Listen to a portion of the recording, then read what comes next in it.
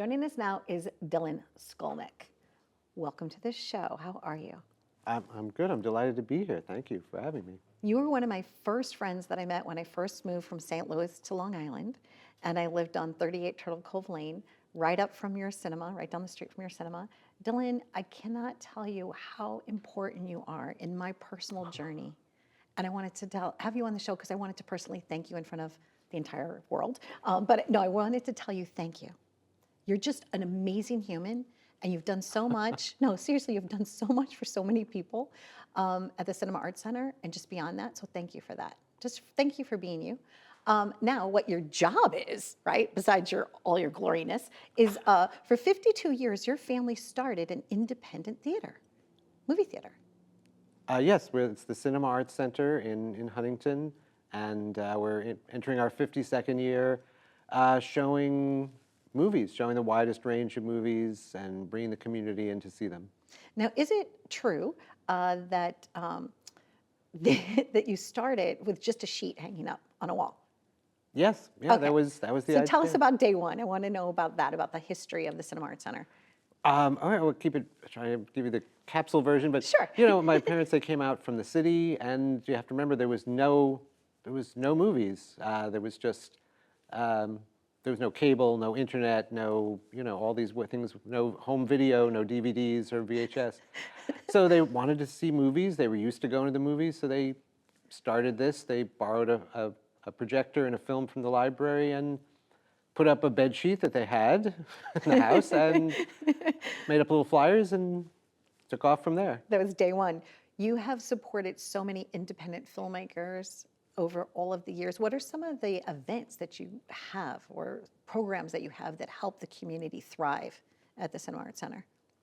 Well, we work with a lot of local community groups, bringing in films on all kinds of topics that are of importance to the community.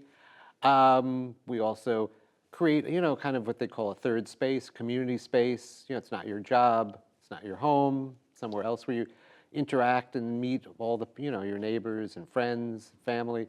And also, we provide, hopefully, great art and entertainment and fun for, which we all need in our lives. I've had a lot of good memories with you through the years. It's where I met my friend Fran Capo at the Popcorn Machine. She and I, you had Ed Burns speaking at one of the events. And Fran and I were supposed to both voice over an animated show. And she stands up and she's talking to Ed and she's like, "Oh, I'm Fran Capo, Guinness Book of World Records, fastest talking females." Like she stands up in theater right at the end during the Q&A. Wow. And she goes, "Do you take headshots?" And then I, on the other side of your theater, I'm like, "Fran Capo, I'm Donna Drake. Let's meet after this at the Popcorn Machine." And that has been a friendship that has lasted well over 2 decades now for us. So, it all happens at the Cinema Arts Center. Or when we decided to do the Oscar viewing parties there. That was so much fun.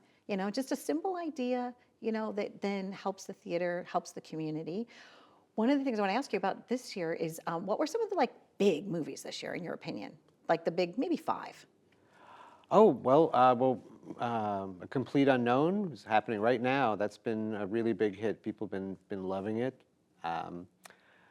Conclave was one that was a smash hit for us. People just were blown away and really gripped. Coming up soon, we'll see if it's gonna. But The Brutalist, Oh yeah. which just won a Golden Globe for best film, is coming up in just a few weeks, and January 24th. All about an architect, correct? And the way that they were able to create things and the mystique of things, and really interesting. Yeah, it's about an artist, an architect. It's about immigration. He's an immigrant. It's the end of World War II, and he's a survivor, and it's about all kinds of. It's a big epic. So there's a lot in there. Choices, right? There's a lot in there. It's a big packed movie. in. Yes. Yeah, it's over 3 hours long. Wow. Yeah. Okay, it's one of those movies. It has an intermission though. At least the seats at the theater are comfy. They're cushy tushy seats. Okay, so that's 3. What else? Also, A Real Pain. That was a real, another film that really delighted our audiences. And coming up soon, The Nickel Boys is a fantastic movie based on the novel by Colson Whitehead. So a lot of great stuff this year. Now, your education, you know so much about films. right? And I also think you became a very worldly person because of the fact that you showcase a lot of independent foreign language films at your theater still, right? If somebody comes up with it's not just you're not only showing like the mainstream films, you also show a genre that a lot of other indie movie houses may show, but that some of the other, I guess you would call it cookie cutter movie theaters do not show. You show things that people sometimes can't see anywhere else. Oh, absolutely. We really try to show the widest variety of films, and part of that is showing new movies from around the world. It's just an amazing way for people to kind of connect with the rest of our planet. I remember years ago you taking me up to the projector room. Do you still have that, the real projector? We do. We do Okay. still. Most of the films, like all the theaters in America and the world, are digital, but we still have our film projectors, and we still use them for special programs because there's a difference. There's a difference in how it looks and how it feels. How can people best support your organization, or any independent film houses from coast to coast? What can the community do? Well, first of all, come out and see movies, and try to be adventurous, hopefully, and try some different movies like the ones we show. And we also, if you really have a great time, we have membership and other ways, and people can make donations. We're a not-for-profit organization. We really depend on the community. So if you really have a great time, we hope there are deeper levels you can get involved in. But the first step is just come on out and see some movies. I researched why popcorn is a popular snack in movie theaters. Do you know the reason? What's the reason? Okay, during the Great Depression, because it was inexpensive to make. And that's what would happen. So it just became like this, it goes together, and that's how it started. I always wonder these questions, and I'll be like, wait, and then I'll just take my phone out, and I should type it in like we used to do, or research it at the library, but not anymore. Now we just ask our phone. So I want to know, why is popcorn a favorite snack at the movie theater? But your popcorn is absolutely delicious. You have a beautiful cafe there, so there's nice snacks and things of that nature. If somebody wanted to start an independent movie house anywhere from coast to coast, would you take their call and would you help them? Oh, absolutely. I've done that already. We helped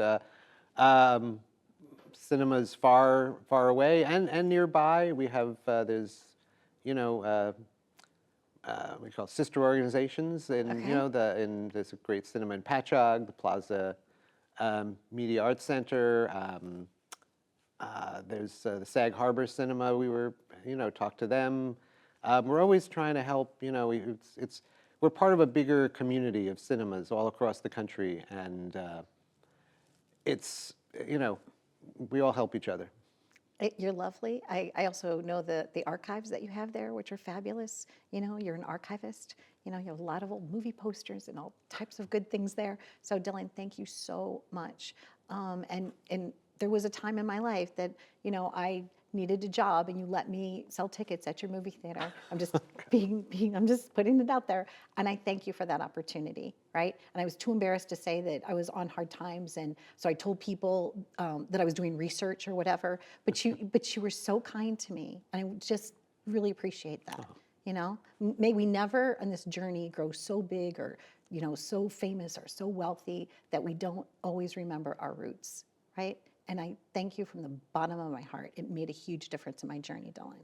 So, and I know I'm not the only person that you've helped along the way. So, ladies and gentlemen, that is Dylan SKOLNICK, top human of the universe. And thanks for watching.